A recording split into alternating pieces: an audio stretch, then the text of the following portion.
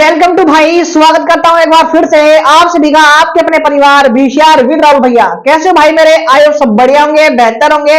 और आपकी जो तैयारी चल रही है बाबू, दिन प्रतिदिन बढ़ती हुई चल रही होगी बाबू।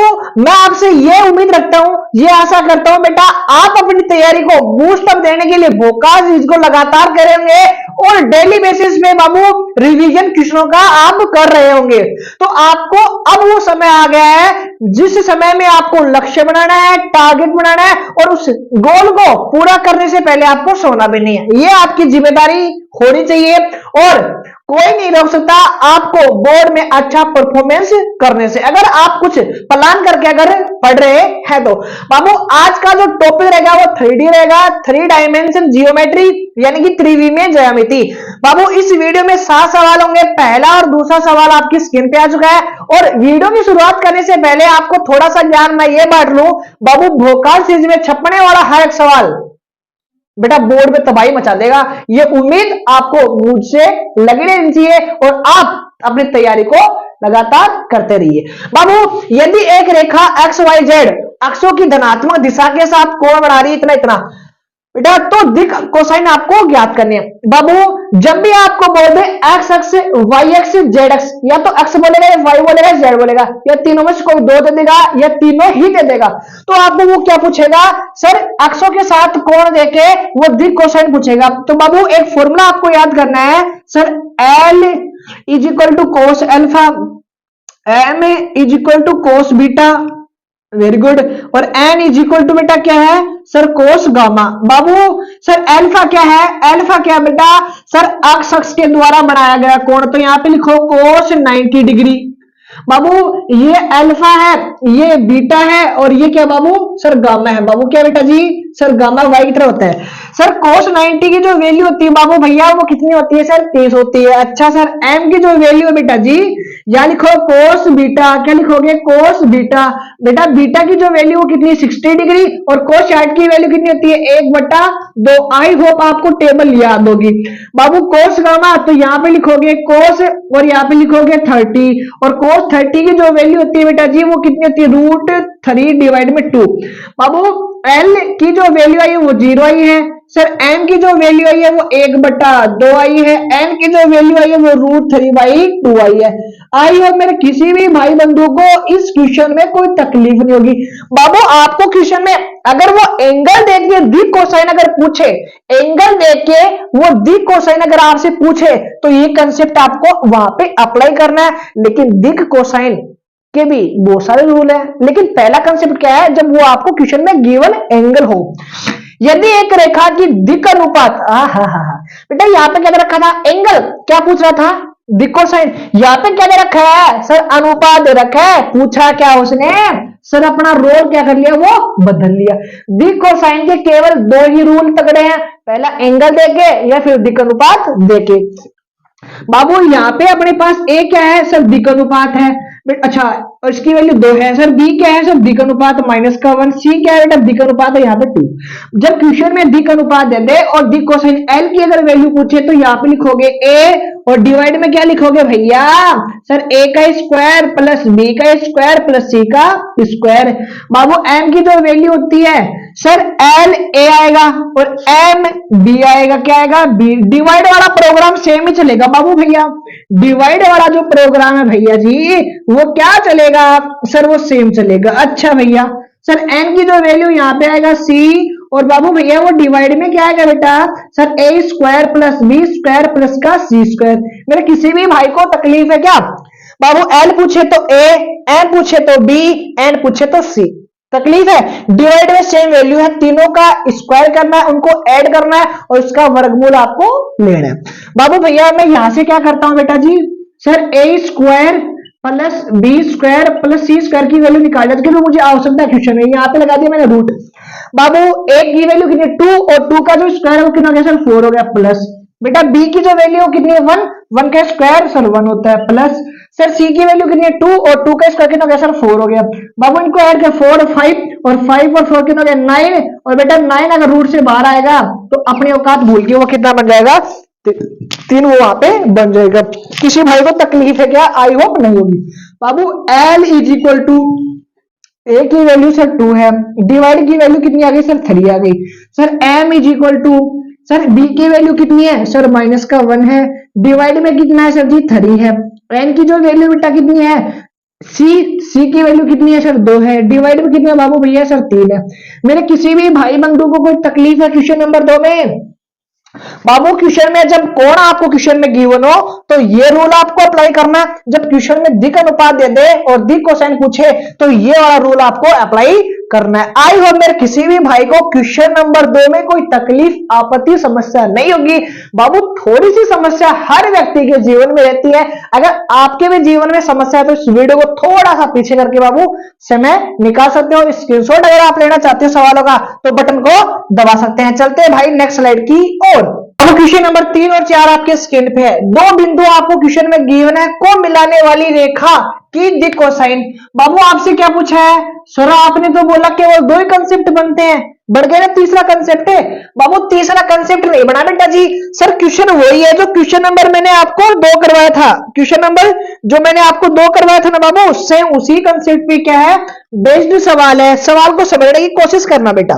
सर आपको क्या दे रखे हैं, 2 बिंदु दे रखे हैं और 2 बिंदु को मिलाने वाले रेखा के दिक कोसाइन।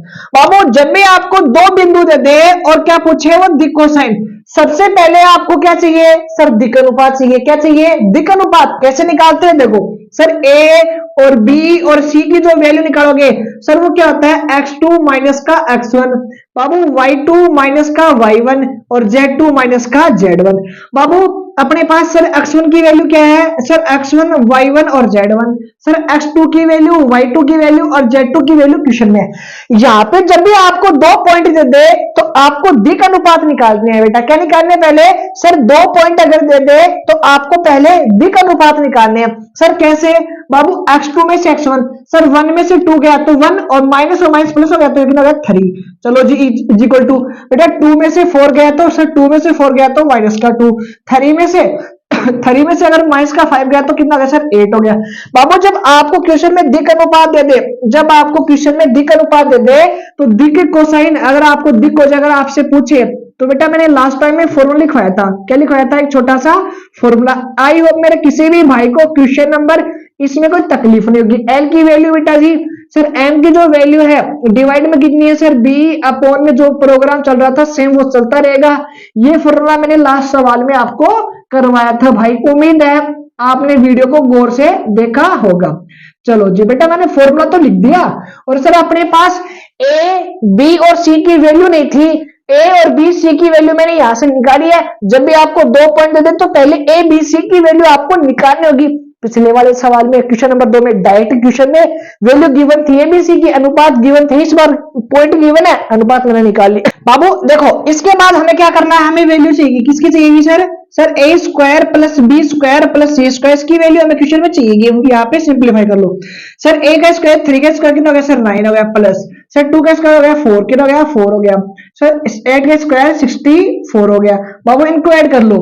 सर इनको ऐड किया तो कितना बेटा 68 और 68 में 9 ऐड किया तो 77। ये अपने पास यहाँ पे आंसर। बाबू L इज इक्वल टू, बाबू A की वैल्यू कितनी है सर 3 है और डिवाइड में कितना है sir 77। M is equal to, बाबू B की वैल्यू कितनी है सर माइनस का 2 है और डिवाइड में कितना है सर 77 है। सर N की जो अच्छा L M N अच्छा है नहीं क्या सर, इसकी वैल्यू कितनी है सर C की यानी 8 है और डिवाइड में 77 है। आई होप क्वेश्चन नंबर 3 में किसी भाई को कोई तकलीफ नहीं होगी। बाबू पहले जो पीछे वाले सवाल में अनुपात गिवन था इसमें पॉइंट गिवन है, पॉइंट से पहले अनुपात निकाला, ये फॉर्मूला मैंने बोला कि सेम ही आएगा। Question number 4, X Y Z अक्षों की दिक कोसाइन आपको ज्ञात करनी है। बाबू बढ़िया सवाल है बेटा, वो क्या पूछ रहा है एक्स अक्ष की दिक कोसाइन, मैं आपको डायरेक्ट ही बता देता हूं। सर वाई की अगर पूछे तो मैंने बोला रुक तो सही भाई, सर एक्स वाई और जेड, देखो भैया मेरी बात पे फोकस करना जी बेटा। सर x की पूछी है ना उसने, सर x की पूछी है तो 1 होगा, बाकी सारे क्या होंगे सर 0। बेटा y की पूछी है तो x का 0, y का 1 और 0, जिसकी पूछे ना उसका तो 1 होगा, बाकी और क्या होंगे 0। सर z की 0 और यहाँ पे आ गया 1। सर ये बात रटेंगे क्या, मैंने बोला सुन तो सही भाई बेटा, अगर कोई लाइन है वो x अक्ष के कोई लाइन है एक्स अक्ष के अलोंग है, एक्स अक्ष के अलोंग है, तो बेटा वो बताओ अक्ष के साथ कितना कोण बनाएगी सर, 0 डिग्री बनाएगी। तो बाकी के साथ क्या बनाएगी सर, बाकी के साथ बनाएगी 90 डिग्री। तो यहाँ पे बीटा की वैल्यू और गामा की वैल्यू क्या होंगी सर 90, और कोस 90 की वैल्यू क्या आ जाएंगी सर 0। अगर मैं y की बात करता हूं, y के साथ तो 0, y के साथ 0, बाकी के साथ 9 सॉरी बाकी के साथ 90 डिग्री, तो कोस 90 की वैल्यू और 0। यहाँ पे ये कंसेप्ट लगेगा हर वैल्यू के अकॉर्डिंग। बाबू यहाँ पे अल्फा की जो वैल्यू होगी वो 0 होगी, बाकी बीटा की और गामा की जो वैल्यू होगी वो कितनी होगी 90। सर अगर जेड वाई की अगर पूछे, बाबू अगर वाई की पूछे तो बीटा की जो वैल्यू होगी वो 0 होगी, और अल्फा की और गामा की होगी 90 डिग्री होगी। बाबू अगर वो पूछे किसकी सर जेड के, तो जेड के साथ गामा, गामा की वैल्यू होगी 0, और बाकी जो वैल्यू होगी बाबू भैया वो कितनी होगी सर 90 डिग्री होगी। आई होप क्वेश्चन नंबर 4 तक किसी भी भाई को कोई तकलीफ नहीं होगा। बाबू एक एक सवाल समझाने की मैंने बढ़िया कोशिश की है, आई होप आपको समझ में चीजें आ रही होंगी। स्क्रीनशॉट बाबू क्वेश्चन का आप ले सकते हैं। चलते भाई क्वेश्चन नंबर नेक्स्ट की ओर। बाबू क्वेश्चन नंबर 5 और क्वेश्चन नंबर 6, यदि एक रेखा एक्स वाई जेड अक्षों के साथ क्रमशः इतने कोण बनाती है तो क्या ज्ञात करने। बेटा पहले ही क्वेश्चन था वो क्या पूछ रहा है, दिक कोसाइन आपसे पूछ रहा है, जब क्वेश्चन में आपको क्या गिवन हो एंगल। बाबू ये अल्फा की वैल्यू, ये बीटा की वैल्यू, गामा की। आई होप आप मुझसे भी जल्दी क्वेश्चन को सोल्व कर पाओगे। आई होप आप मुझसे भी पहले क्वेश्चन को सोल्व कर पाओगे। बाबू बीटा की वैल्यू सर यहाँ पे क्या है कोस, गामा की वैल्यू। बाबू अल्फा की जो वैल्यू बाबू कितनी रखी है सर 90 डिग्री। सर बीटा की जो वैल्यू दे रखी है 135 दे रखी है। सर गामा की जो वैल्यू दे रखी है वो कितनी रखी है सर 45। इसकी वैल्यू सर 0 हो गई, इसकी वैल्यू 1/√2 हो गई। समस्या तो सर 45 में है, सॉरी 35 में है।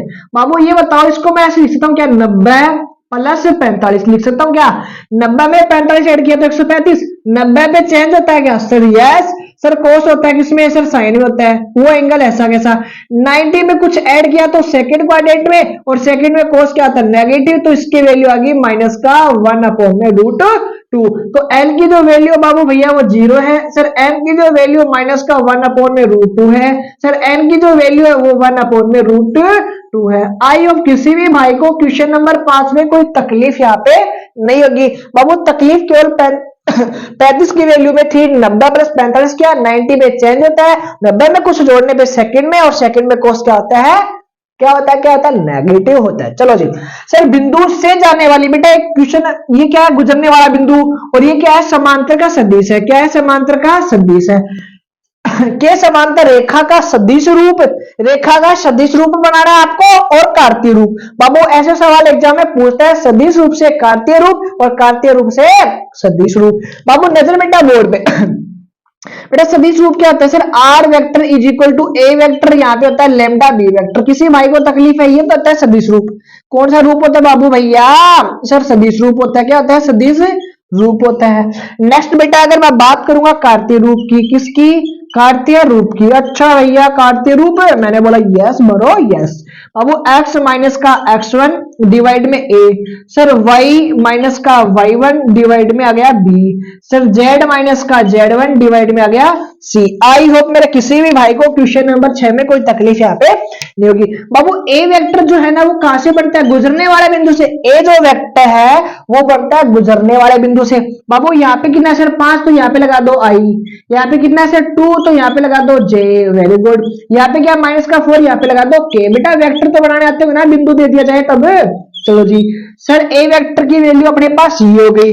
बी वेक्टर का मतलब होता है समांतर का सदिश। बी वेक्टर का मतलब क्या था, समांतर सदिश कितना दे रखा है सर 3i, यहाँ पे दे रखा है प्लस का 2j, और यहाँ पे दे रखा है 8k। अगर बेटा मैं यहाँ पे लिख दूं, आई होप क्वेश्चन दिख जाएगा। चलो दिख तो जाएगा लेकिन समस्या आ जाएगी तुम्हारे, है ना। चलो मैं यहीं पे लिख देता हूँ sir, R vector is equal to ये वाला वेक्टर यानी 5 सर आई, यहाँ पे 2j माइनस का 4k, यहाँ पे लगाओ प्लस, यहाँ पे लगाओ लेमडा। बाबू इसकी वैल्यू कितनी है सर 3i प्लस का 2j और माइनस का 8k। बेटा ये क्या सदिश रूप हो गया, वेक्टर फॉर्म हो गई। अब बात करूं कार्टेशियन फॉर्म की। बाबू x1 क्या है गुजरने वाला बिंदु, y1 क्या है गुजरने वाला बिंदु, z1 क्या है गुजरने वाला बिंदु।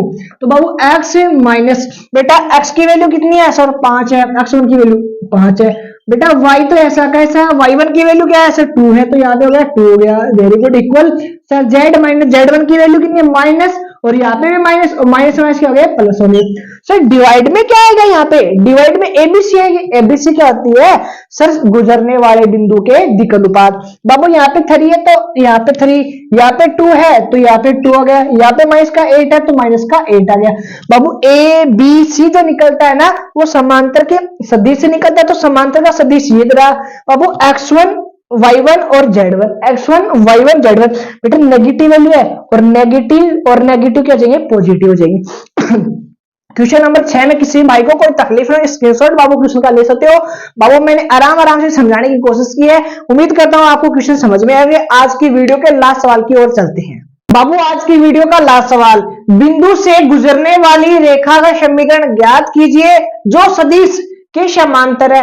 बाबू गुजरने वाला बिंदु ये रहा और आपको क्या दे रखा है समांतर का सदिश रखा है, क्या दे रखा है बेटा जो कि सदिश के समांतर है। बाबू बात पे फोकस करना, वो ना तो इसने बोला कि सदिश रूप बताओ ना उसने बोला कार्तीय रूप बताओ, तो हम दोनों ही रूप बता देंगे, भोकाल रूप भी और भोकाल 2.0 भी। अच्छा सर 2.0 का मतलब क्या है बेटा, बिग लॉन्चिंग। बेटा देखो कार्तीय रूप, बाबू वेक्टर रूप मैंने आपको बताया R vector is equal to a vector और यहाँ पे हो गया प्लस में लेमडा बी वेक्टर। बाबू कार्तीय रूप का मतलब सर x माइनस का x1 डिवाइड में हो गया a, बाबू y माइनस का y1 डिवाइड में हो गया b, सर z माइनस का z1 डिवाइड में हो गया। बेटा उस क्वेश्चन में मैं थोड़ा सा सिंपलीफाई आपको करना नहीं सिखाया था, एक ही वैल्यू, अच्छा दो बिंदु नहीं है एक ही बिंदु रखा है। बाबू कई बार क्वेश्चन में यहाँ पे दो बिंदु दे देगा, समांतर का सदिश तो सिंपल था, ऐसा सवाल भी हम डाल देंगे कल। देखो बाबू आर वेक्टर तो ऐसा कैसा, ए वेक्टर का मतलब क्या है सर गुजरने वाला बिंदु। बाबू यहाँ पे क्या हो गया सर आई केप हो गया, 2 की जगह क्या हो गया सर 2j केप हो गया, 3 की जगह क्या हो गया 3k केप हो गया। चलो जी सर यहाँ पे लगा दो लेमडा, क्या लगा दो लेमडा। बी का मतलब समांतर का सदिश ऐसा का ऐसा, सर यहाँ पे 3 आई, यहाँ पे हो गया 2j और यहाँ पे हो गया 2k। बाबू क्वेश्चन में मेरी तरह शॉर्टकट मत छाप देना, आपको लिखना है पूरा। इस सवाल से पहले आपको लिखना है कि सर ये ए वेक्टर है और यहाँ पे बी वेक्टर। बेटा मेरी तरह शॉर्टकट में अगर चिपकाओगे तो मैं 2-4 आपके वैसे चिपका दूंगा, 2-4 न्यूटन, ठीक है बेटा जी। बाबू कार्तीय रूप x माइनस का x1 का मतलब सर a की वैल्यू, सॉरी a की वैल्यू कहाँ गुजरने वाला बिंदु। चलो जी इक्वल y माइनस का y1 की वैल्यू यहाँ पे 2 हो गई, सर z माइनस का z1 की वैल्यू आ गई 3। बाबू डिवाइड में a b c कहां से लेंगे, गुजरने वाले बिंदु से नहीं समांतर के सदिश से। i की वैल्यू, i का कोफिशिएंट 3 है, सर j का कोफिशिएंट 2 है, सर k का कोफिशिएंट माइनस का 2 है। ये अपना क्या है कार्टेशियन फॉर्म है यानी कि कार्तीय रूप है। और बेटा ये सदिश रूप है, उसने बोला नहीं कि कौन सा रूप बनाना है, कौन सा समीकरण बनाना है, तो हमने क्या किया क्वेश्चन में दोनों ही रूप यहाँ पे बना दिए। आई हो बाबू समझ में आ गए, स्क्रीनशॉट आप ले सकते हैं। बाबू एक एक सवाल आपके एग्जाम के लिए बहुत खतरनाक है, बहुत मैं कह रहा हूं अगर आपको इन क्वेश्चन को आराम से पढ़ लेते हो तो बढ़िया लेवल पे आप पेपर को फोड़ के आ जाओगे। मुलाकात करूंगा नेक्स्ट वीडियो में, तब तक बने रहना मेरे साथ। जय हिंद, जय भारत, वंदे मातरम।